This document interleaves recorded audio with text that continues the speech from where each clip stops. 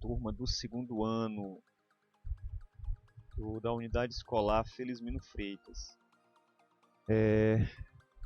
Hoje vamos dar início aqui com esta aula ao assunto dilatação dos sólidos. Já vimos alguma coisa sobre temperatura e hoje vamos iniciar aqui o estudo da dilatação dos sólidos. Okay? Então, a gente fez uma atividade relacionada com a primeira parte e nesta segunda parte, dando continuidade aí ao estudo de temperatura e calor, vamos ver o fenômeno da dilatação. Então eu estou aqui com o livro em PDF aberto, ok? Se eu não me engano eu já disponibilizei, né, para as turmas.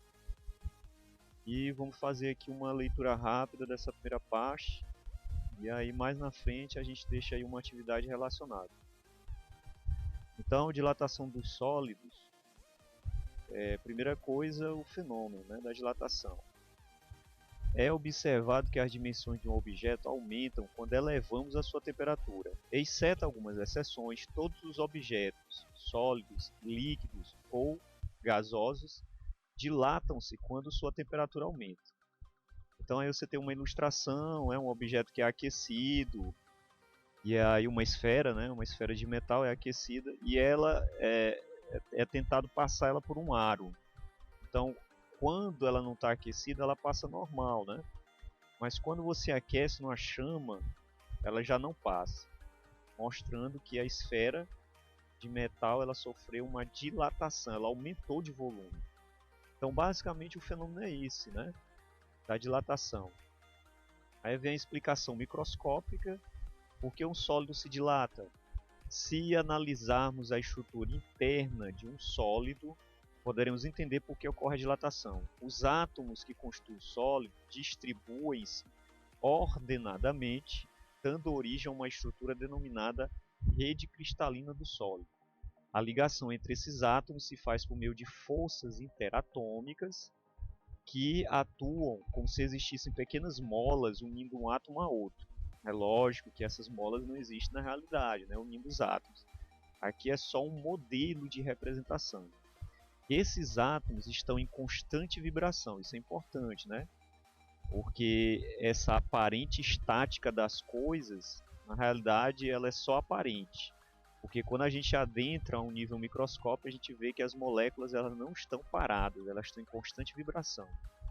Então, quando a temperatura do sólido aumenta, há uma intensificação na agitação de seus átomos, fazendo que eles, ao vibrar mais intensamente, né, eles se afastem da sua posição de equilíbrio. Então, a forma de representar está aqui. Né? Tem os átomos, aí eles unidos por essas pequenas molas. Quando a temperatura se eleva, o que acontece? Essas molas elas sofrem um estiramento, um esticamento, certo? E aí, num todo, o volume do corpo é aumentado. Então, essa é a ideia da dilatação térmica. Aí nós veremos a dilatação linear, a equação para determinar o coeficiente da dilatação linear, depois veremos a superficial e a volumétrica. Então, a dilatação linear, ela depende de alguns fatores. Esses fatores foram descobertos experimentalmente, através de exaustivas experiências feitas com diversos materiais, e aí os cientistas puderam verificar que a dilatação ela depende do comprimento inicial do material, da variação de temperatura que o corpo sofre e também do tipo de material. Então, por exemplo, se você pegar uma barra de alumínio, ou uma barra de cobre, ou uma barra de ferro, então esses três materiais submetidos à mesma temperatura, eles vão ter variações de volume diferenciadas. Por quê? Porque são materiais diferentes. Todo e qualquer material tem o seu coeficiente de dilatação, certo? Isso aí foi descoberto no laboratório.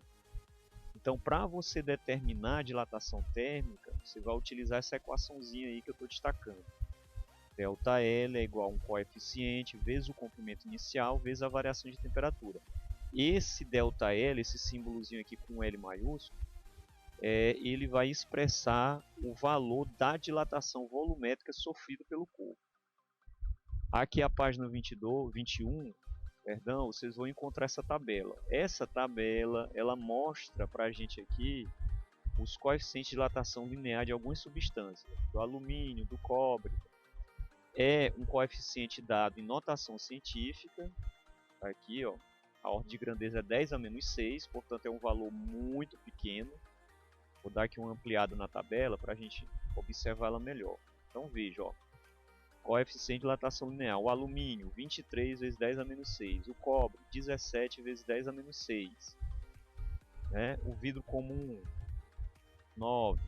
Então, dependendo desse coeficiente, né, o material que é feito, qualquer cor, ele vai dilatar para mais ou para menos. Então, se você observar aqui, olha, o chumbo, que tem um valor de 29 vezes 10 a menos 6, ele é o material que tem o maior coeficiente de dilatação. Então, se eu pego uma barra de chumbo e uma barra de cobre e aqueço as duas, aqueço com o mesmo valor de temperatura, quem é que vai dilatar mais? Quem vai dilatar mais é o chumbo. Por quê? Porque o coeficiente de dilatação dele é maior do que o do cobre. Então ele vai sofrer um aumento de volume maior. Então esse coeficiente, ele diz respeito à intensidade com que um corpo dilata. Ok, gente? Então mais na frente aí a gente vai estudar os outros tipos de dilatação, superficial e o volumétrico. Isso não impede que você faça uma leitura aí desse capítulo, iniciando aí a partir da página 20, né? Você tem a dilatação linear. Então, compreendendo a dilatação linear, fica fácil entender a dilatação superficial e a volumétrica, viu, gente? Fica simples de entender. Então, a gente fez essa introdução e aí em um momento seguinte a gente aprofunda mais essas ideias, né? Os 3 tipos de dilatação. Na verdade, só existe dilatação dos sólidos, mas de uma maneira didática faz-se essa divisão para ficar mais compreensível a coisa. Mas posteriormente a gente entra em maiores detalhes. Ok?